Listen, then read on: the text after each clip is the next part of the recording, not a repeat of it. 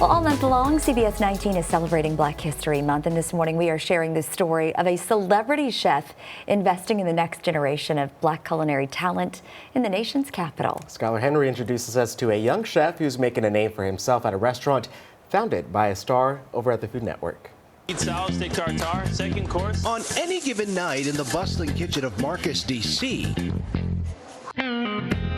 Ladies, how are we doing tonight? Chef Anthony Jones is putting the final touches on the restaurant's most popular dish. The crab is the star, of course, so we're going to put it on top. Mel's crab rice, an ode to his childhood growing up along the Chesapeake Bay in Maryland.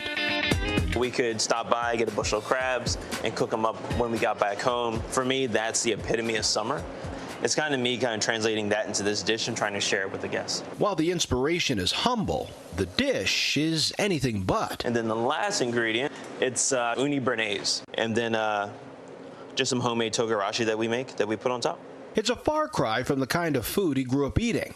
I knew you weren't eating whipped tofu growing up on the Eastern Shore. Yeah, nowhere near. How did this come about, the inspiration for wanting to be a chef in the first place? Believe it or not, TV, the original Japanese Iron Chef.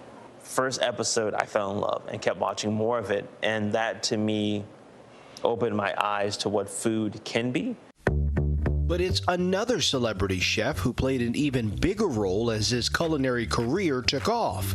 Marcus Samuelsson. You'll recognize him as a Food Network star with more than a dozen restaurants all over the world. The two started working together in Miami. When Samuelsson asked Jones to run his latest venture in the nation's capital, it was a no-brainer. It's a great partnership, friendship, mentorship. He is very supportive in me being myself, becoming myself, and not straying from that path. The menu at Marcus, D.C. is an ode to that Black culinary culture, mixed with Latin and Asian influences, and of course, filled with pops of Samuelsson's bright and colorful style. Pecan salsa matcha on top, blood orange supremes. It's a seafood-forward menu with knockouts like seared scallops and prawns, alongside dishes like a whole roasted chicken prepared with a DC signature mambo sauce, and a braised lamb shoulder which pairs with Dorothy's collards, named for his aunt. His food tells a story as unique as his own.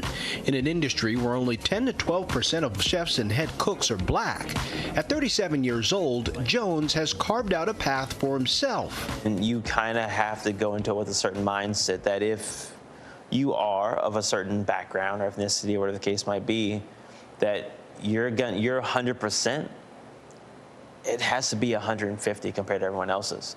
And don't let that deter you, because anything worth having is worth fighting for. That has led him here, with accolades piling up, including most recently as a semi-finalist for the James Beard Awards, less than 1 year after the restaurant opened. As far as Marcus, D.C., if a diner were to come here for the first time, what would you tell them to expect? Lots of flavors. Yeah. Combinations that you might not expect, flavors that you might not expect or you might not have had before. At the end of the day, that's what I want people to expect and be prepared for, is just to be full, fed, and happy. Full, fed, and happy. Yeah, I like it. Make sure you join us for the CBS 19 Black History Month special, celebrating resilience across East Texas and the trailblazers who paved the way for future generations. Don't miss these powerful stories. It airs tonight at 6:30 and again on March 1st, only on CBS 19.